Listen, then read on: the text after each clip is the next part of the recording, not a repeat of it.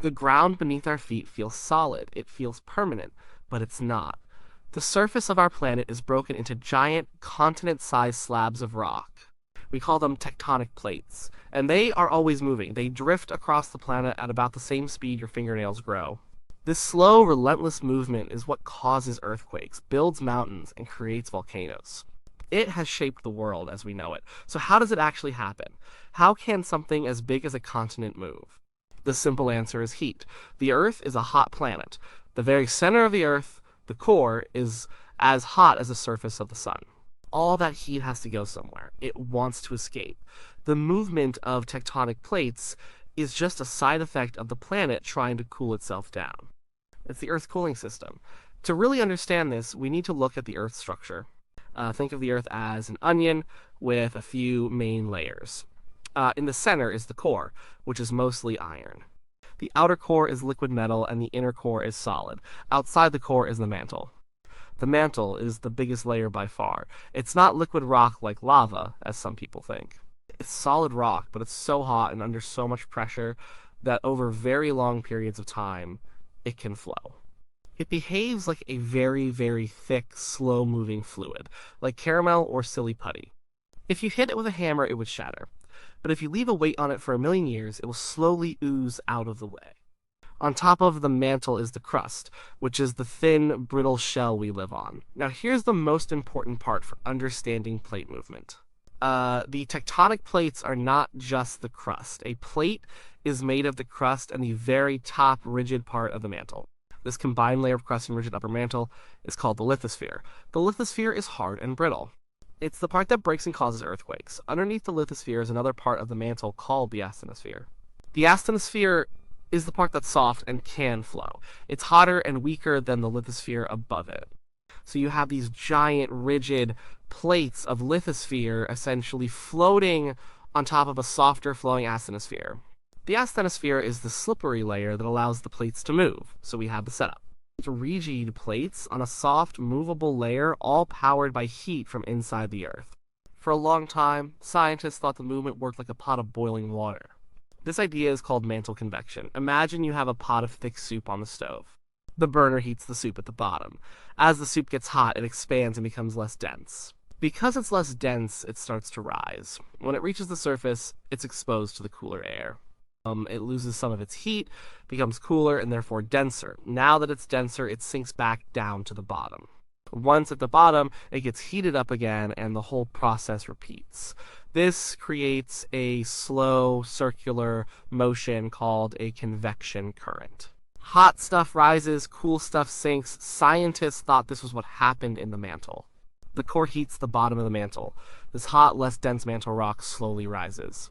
As it reaches the top, it moves horizontally underneath the plates, dragging them along like a conveyor belt. Then, as the mantle rock cools, it sinks back down deep into the Earth. The plates were just seen as passive passengers riding on top of these giant mantle conveyor belts. This idea makes a lot of sense. It's simple, and it explains how things could move. And mantle convection is definitely happening. The mantle is churning very, very slowly. But today, most scientists agree that this isn't the main force that moves the plates. It's part of the system, but it's not the engine. The plates are not just passive passengers. They are an active and essential part of the process. The two main forces that actually drive the plates are called slab pull and ridge push. And of the two, slab pull is the real heavyweight champion. It's thought to be the most powerful force in plate tectonics. To understand slab pull, you need to look at what happens when two plates collide. Specifically, when a plate carrying an ocean collides with a plate carrying a continent. Oceanic crust is made of a dark, dense rock called basalt. Continental crust is made of lighter rock like granite. Because oceanic crust is denser, when these two plates meet, the oceanic plate always loses. It bends and starts to sink down into the mantle underneath the continental plate. This process is called subduction, and the area where it happens is a subduction zone. The deepest ocean trenches, like the Mariana Trench, are subduction zones. As the edge of this oceanic plate, or slab, starts to sink into the hot mantle, it stays relatively cool and rigid for a while. It's also very dense, much denser than the hot asthenosphere around it. So gravity takes over. The immense weight of the sinking slab of rock starts to pull the rest of the plate along behind it. Think of it like this. Imagine you have a long, heavy chain lying on a table with one end of it hanging over the edge. If only a few links are hanging over, nothing happens. But if you push enough of the chain over the edge, its own weight will start to pull the rest of the chain off the table. The sinking slab of a tectonic plate is like that heavy end of the chain. It's a massive, cold, dense anchor that is sinking deep into the mantle, and its gravitational pull is so strong that it drags the entire plate across the surface of the Earth. This force, slab pull, is now considered the main driver of plate motion. The plate isn't being dragged along by a conveyor belt from below. It's being pulled along by its own leading edge as it sinks back into the Earth. This is a much more direct and powerful force. It shows that the plates themselves are the most important part of the system. The sinking plate is actually the downward moving part of a mantle convection cell. The plate isn't just riding the current, the plate is the current. The other, less powerful force is called ridge push. To understand this, we need to go to the opposite side of the plate, to a place called a mid-ocean ridge. These are huge underwater mountain ranges that run through the world's oceans, like the Mid-Atlantic Ridge. This is where new oceanic crust is born. At a mid-ocean ridge, two plates are moving away from each other. As they pull apart, hot, molten rock or magma from the mantle rises up to fill the gap. It cools and solidifies, forming new oceanic crust. This process is happening constantly, creating a continuous strip of new seafloor. Because this new crust is so hot, it's expanded and buoyant. It sits higher than the surrounding seafloor. So, the mid-ocean ridge is literally a ridge, an elevated area. The new rock is formed at the peak of this ridge. As more new rock is formed, it pushes the older rock away from the ridge to either side. Now, gravity comes into play again. The entire plate is sitting on a gentle slope, sloping away from the high point of the ridge. So, gravity gives the plate a gentle, continuous nudge, causing it to slide downhill away from the ridge. This gravitational sliding is called ridge push. It's a bit of a misleading name. It's not really a strong push from the center, it's more of a ridge slide or a gravity slide. Imagine putting a drop of honey on a tilted plate. The honey will slowly slide down the slope under its own weight. A ridge push works in a similar way. The force is not as strong as slab pull, but it's a constant helper.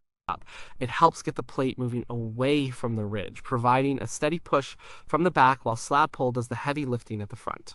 So you have this beautiful balanced system.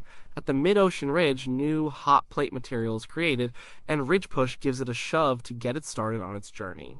The plate travels for millions of years across the ocean floor, cooling and becoming denser as it goes. Eventually, it reaches a subduction zone where it sinks back into the mantle, and the powerful force of slab pull drags the rest of the plate along behind it. It's a life cycle. Birth at the ridge, a long life moving across the ocean, and death at the subduction zone, where the material is recycled back into the mantle. So what about mantle convection, the old conveyor belt idea? It's still crucial, but we see its role differently now. The massive, slow churning of the mantle is the larger environment in which everything happens. It provides the heat that drives the whole system. The rising hot rock at mid-ocean ridges is part of convection. And the sinking cold slabs at subduction zones are also a key part of convection. Instead of the mantle moving the plates, it's more accurate to say the plates are the top active layer of the mantle convection cells. The system is all one interconnected process of the Earth losing heat. This explains the motion of most plates, especially the fast-moving oceanic plates like the Pacific Plate. But what about a plate like the North American Plate? It's mostly continent, and it's not really being subducted anywhere in a big way. It doesn't have a powerful slab pull engine dragging it along, so how does it move? These plates like this are still moving, just more slowly. They are definitely affected by ridge push from the Mid-Atlantic Ridge, which is slowly pushing North America away from Europe. They are also likely being dragged along by the general flow of the mantle underneath them, something called mantle drag.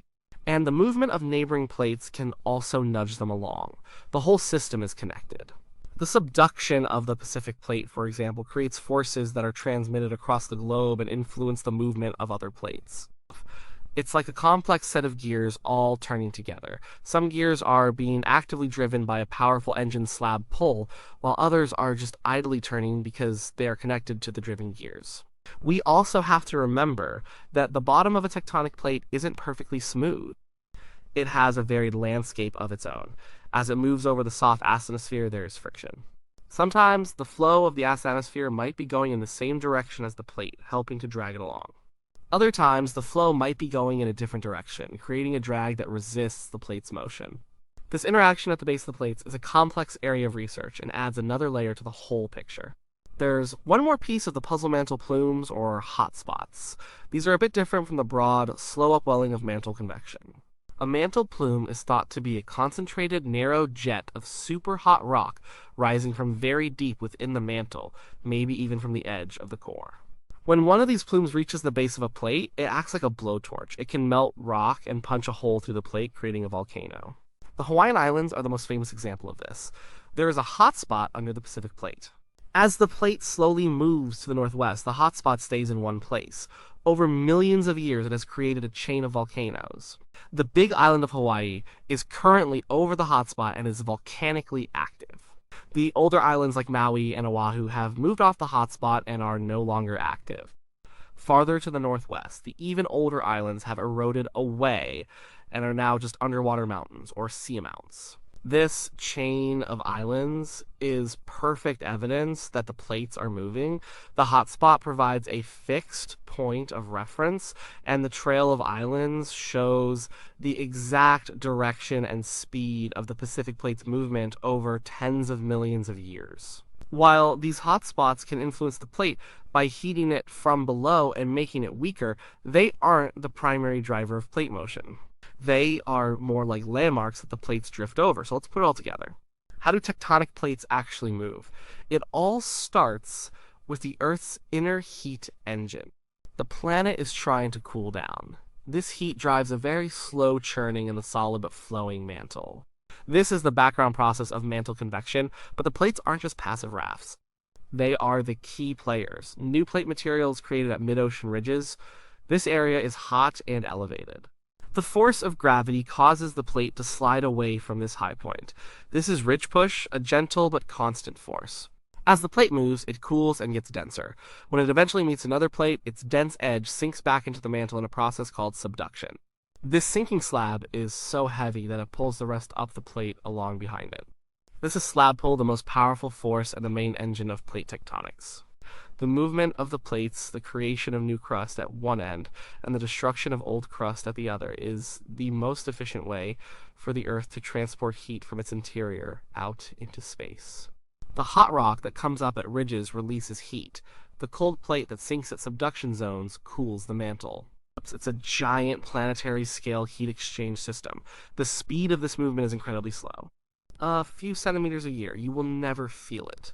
But over geologic time, this tiny movement adds up to incredible change. Over millions of years, it can open up an entire ocean, like the Atlantic. It can slam continents together, pushing up massive mountain ranges like the Himalayas. The ground we stand on might seem stable, but is on a slow, epic journey. The forces at play are almost unimaginably large. The weight of a sinking slab is astronomical. The energy released when plates get stuck and then suddenly slip is what causes the most powerful earthquakes. The entire surface of our world is constantly being rearranged, recycled, and reborn. Understanding this process was one of the greatest scientific revolutions of the 20th century. It explains so many things that were previously a mystery: why fossils of the same ancient animals are found in both South America and Africa, why earthquakes and volcanoes happen in specific belts around the world, and how mountains are formed. It's a system of immense power and sublime slowness. It's not one single thing. It's a combination of forces. A gravitational slide away from a ridge, a powerful gravitational pull from a sinking slab. All of this happens within the context of a slowly churning mantle, the Earth's grand effort to cool itself. It's a process that has been going on for billions of years and will continue for billions more. And it's the reason our planet looks the way it does. The continents, the oceans, the mountains, and the valleys all are products of this slow, relentless dance of the tectonic plates driven by the enduring heat deep within the Earth.